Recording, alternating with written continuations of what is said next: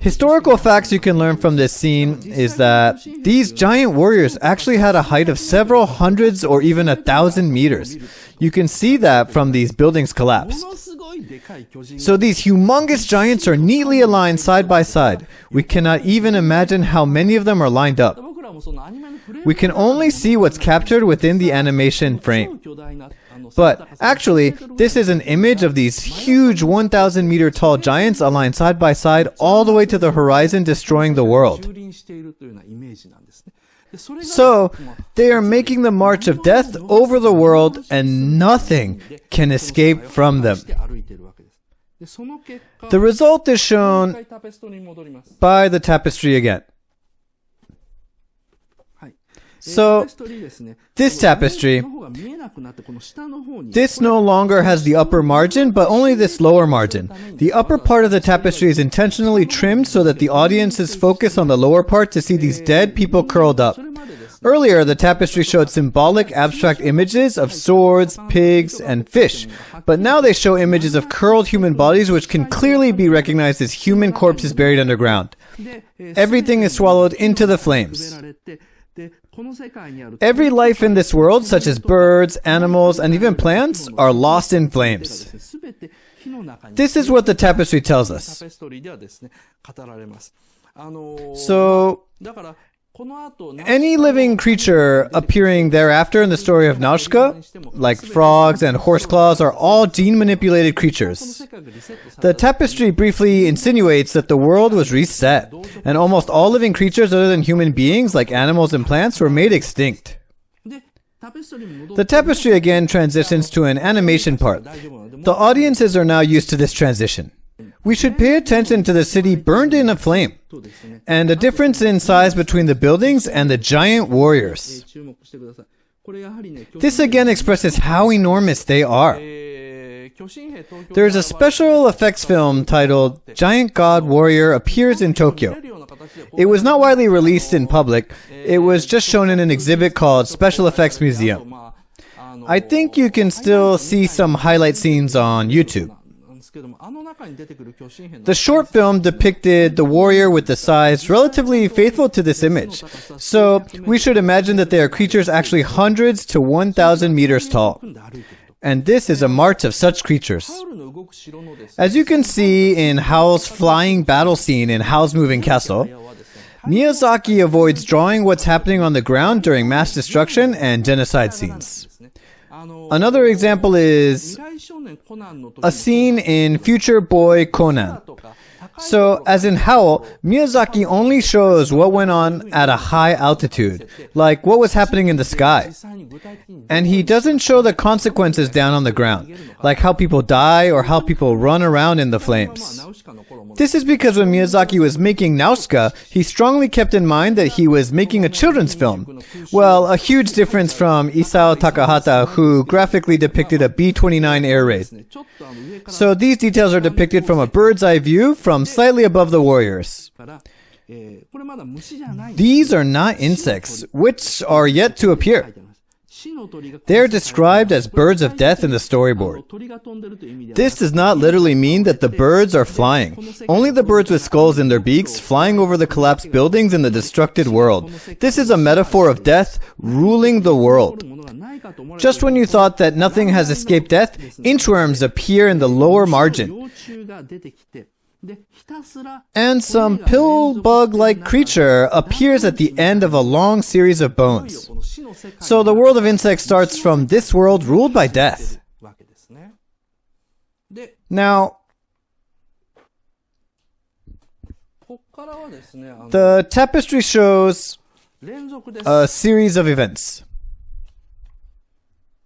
This shows that the new ecosystem is born. The upper margin is filled with roly-polies. The lower margin shows the sun. These suns represent brand new days. The sun rises and sets. The apocalyptic destruction has ended and it's the start of the new days. It's the world of insects. So it shows that the world is now ruled by insects and these some kind of fungus. The fungus is growing, and here you can see the sun rising again. This scene, this slides directly to this scene, like this. Dun, dun, dun, dun, dun. The insects in the upper margin and the rising and setting suns on the lower side gradually transform into symbols to represent that it's getting close to the present time in the story. So it's getting closer to the present time, new age where the insects rule the world and people can only live in limited areas. You see this big sign like in the Bible. In the Bible, in the time before printing became popular, the first page in a new chapter had an opening sentence beginning with an extremely complex decorative letter. You should see this like that. An extremely decorative opening letter that looks like R, S, or G. The opening letter indicating the beginning of the new lives of humans. In this life of humans, the deceased and those who are forced to live in limited areas are seeking salvation. They seek salvation, and with the song coming into the climax, a new legend is born. As I mentioned earlier, the symbols indicate the present time.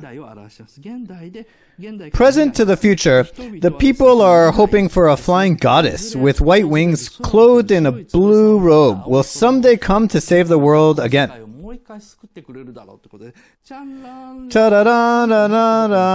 And all of a suddenly, bam! This bright blue sky fills the screen. Another amazingly well-constructed sequence. You almost feel as you already finished watching a movie.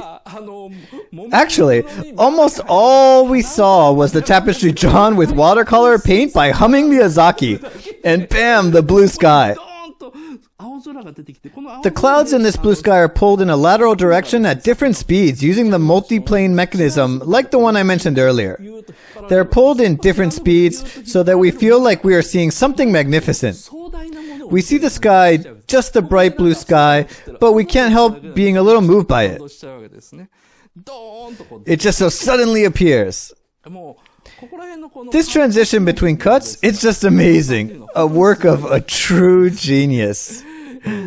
It's for dramatically resetting the mood of the audiences.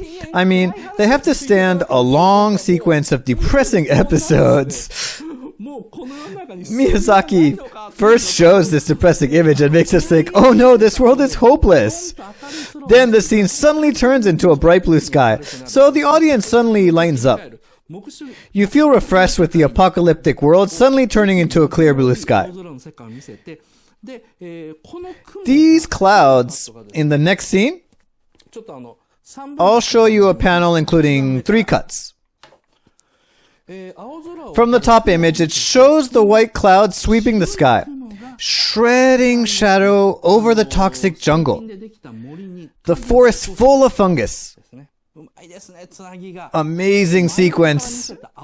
You see the side view of the clouds, and then you see them in the bird's eye view to get the entire image. And from the shadow of the clouds over the toxic jungle, one white aircraft appears. And just when everyone realizes that this is the angel with wings, you get this zoom-in image. This glider in the zoomed-in image is gliding from the upper right toward the lower left. It shouldn't be depicted as gliding this way. If you do that, it's difficult to show that it's gliding. They pulled it delicately toward this side to show that it's gliding. They had no intention of showing high-speed gliding. Instead, they wanted to show rather floating quality. The white clouds shed shadows over the toxic jungle. The glider carrying Nausicaa called Maeve appears from the shadows of the clouds, and with the direction varying, in this scene, it's going this way. But when the scene changes, it's sliding laterally so you can feel the floating quality. And Nausicaa's face has not appeared yet.